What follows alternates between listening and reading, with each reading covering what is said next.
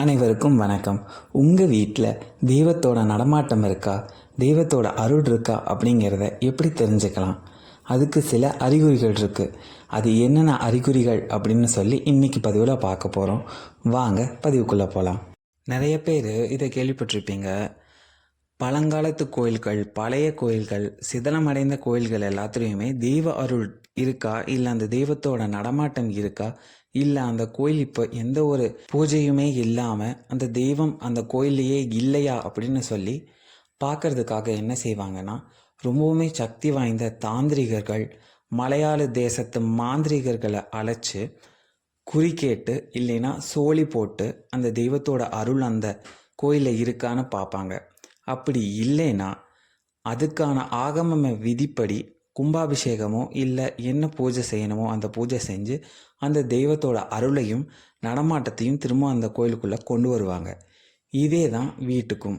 வீட்டில் தெய்வத்தோட அருள் இருக்கா, அந்த தெய்வம் உங்களோட குலதெய்வம் அந்த வீட்டில் நிலைச்சிருக்கா அப்படின்னு சொல்லி சில பல அறிகுறிகள் அந்த தெய்வம் காட்டும். அந்த அறிகுறிகள் என்ன அப்படின்னு சொல்லி ஒன்று ஒன்றா இப்போ பார்ப்போம்.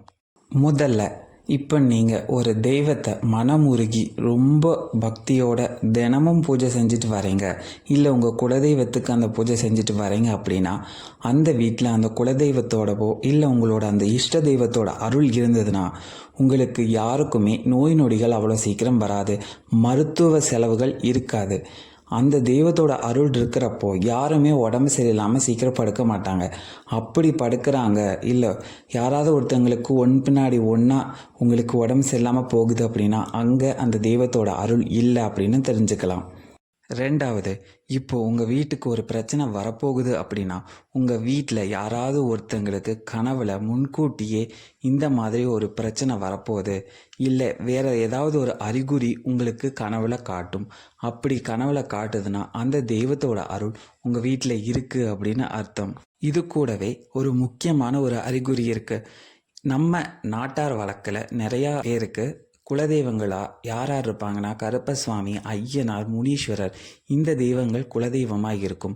அப்படி அந்த குலதெய்வங்கள் உங்களுக்கு குலதெய்வமாக இருக்குது, இல்லை உங்களோட இஷ்ட தெய்வமாக நீங்கள் வீட்டில் வச்சு வழிபாடு செய்கிறீங்கன்னா அங்கே அந்த தெய்வத்தோட நடமாட்டத்தை நீங்கள் நல்லாவே பார்க்கலாம். உங்கள் வீட்டில் யாருமே ஒரு சிகரெட் பிடிக்கிறவங்க இருக்க மாட்டாங்க, இல்லை சுற்று வட்டாரத்தில் யாருமே இல்லாமல் இருக்காங்கன்னா நீங்கள் நல்லா கவனித்து பார்த்தீங்கன்னா உங்கள் வீட்டில் ஒரு சுருட்டு வாசம் அடிக்கும். ரொம்ப அடிக்காது, மைல்டாக அடிக்கும். ரொம்ப எங்கேயோ தூரத்தில் யாரோ பிடிச்சா எப்படி ஒரு வாசம் அடிக்குமோ அந்த மாதிரி கம்மியான ஒரு சுருட்டு வாசம் அடிக்கும். மற்ற ஆண் தெய்வங்கள் உங்கள் வீட்டில் இருக்குது அப்படின்னா திருநீரோட வாசம் அப்பப்போ உங்கள் வீட்டில் அடிச்சிட்ருக்கும். இப்போ நீங்கள் ஒரு மனக்கவலையோட ஒரு பூஜை ரூமில் உட்காந்துட்ருக்கீங்க அப்படின்னா அந்த திருநீரோட வாசம் உங்களுக்கு நல்லாவே அடிக்கும். அப்படி அடிக்குதுன்னா உங்களோட பிரச்சனையை நான் பார்த்துக்கிறேன் அப்படின்னு சொல்லி உங்கள் வீட்டுக்குள்ளே இருக்க அந்த தெய்வம் அறிகுறி காட்டுது அப்படின்னு அர்த்தம். இதெல்லாமே நல்லாவே தெரியும். இதே நீங்கள் அம்மன் தெய்வத்தை ரொம்ப கும்பிட்றீங்க அப்படின்னா ஒரு மலரோட வாசம், நீங்கள் எந்த தெய்வத்தை வழிபடுறீங்களோ அந்த தெய்வத்துக்கு எந்த மலர் பிடிக்குமோ அந்த மலரோட வாசம் நல்லாவே அடிக்கும். அடுத்து, உங்கள் வீட்டுக்கு ஆகாதவங்க யாராவது இப்போ உங்கள் வீட்டுக்கு வந்துட்டு போகிறாங்க, யாராவது ஒரு கெட்டதை செய்ய போகிறாங்க அப்படின்னு ஒரு விஷயம் நடக்குதுன்னா உங்கள் வீட்டில் யாருக்காவது ஒரு சின்ன அடியோ இல்லை ஏதாவது ஒரு சின்ன ஒரு காயமோ ஆகும். பெருசாக அவங்க செஞ்சு வச்சதோட தாக்கத்தை அந்த தெய்வம் உங்களுக்கு சின்னதாக காமிச்சிட்டு போயிடும். உங்களுக்கு அவங்க ஆகாதவங்கன்னு தெரியாது, ஆனால் அவங்க வந்துட்டு போன ஒரு 2-3 நாளே உங்களுக்கு ஒரு சின்ன அடிபடலாம், இல்லை ஏதாவது ஒரு சின்ன ஒரு பிரச்சனை வரலாம். அப்படி ஆகுதுன்னா உங்கள் வீட்டில் நீங்கள் வழிபடுற அந்த தெய்வத்தோட நடமாட்டம் இருக்குது, உங்களுக்கு வர வேண்டிய பிரச்சனையை அந்த தெய்வம் சின்னதாக மாற்றி கொடுத்துருக்கு அப்படின்னு அர்த்தம். இதுதான் உங்கள் வீட்டில் அந்த தெய்வம் இருக்குது அப்படிங்கிறதுக்கான சின்ன சின்ன அறிகுறிகள். இந்த அறிகுறிகள் தெரிஞ்சதுன்னா உங்கள் தெய்வம் உங்களோட இஷ்ட தெய்வமோ இல்லை குலதெய்வமோ அது உங்கள் வீட்டில் நிலச்சிருக்குன்னு அர்த்தம்.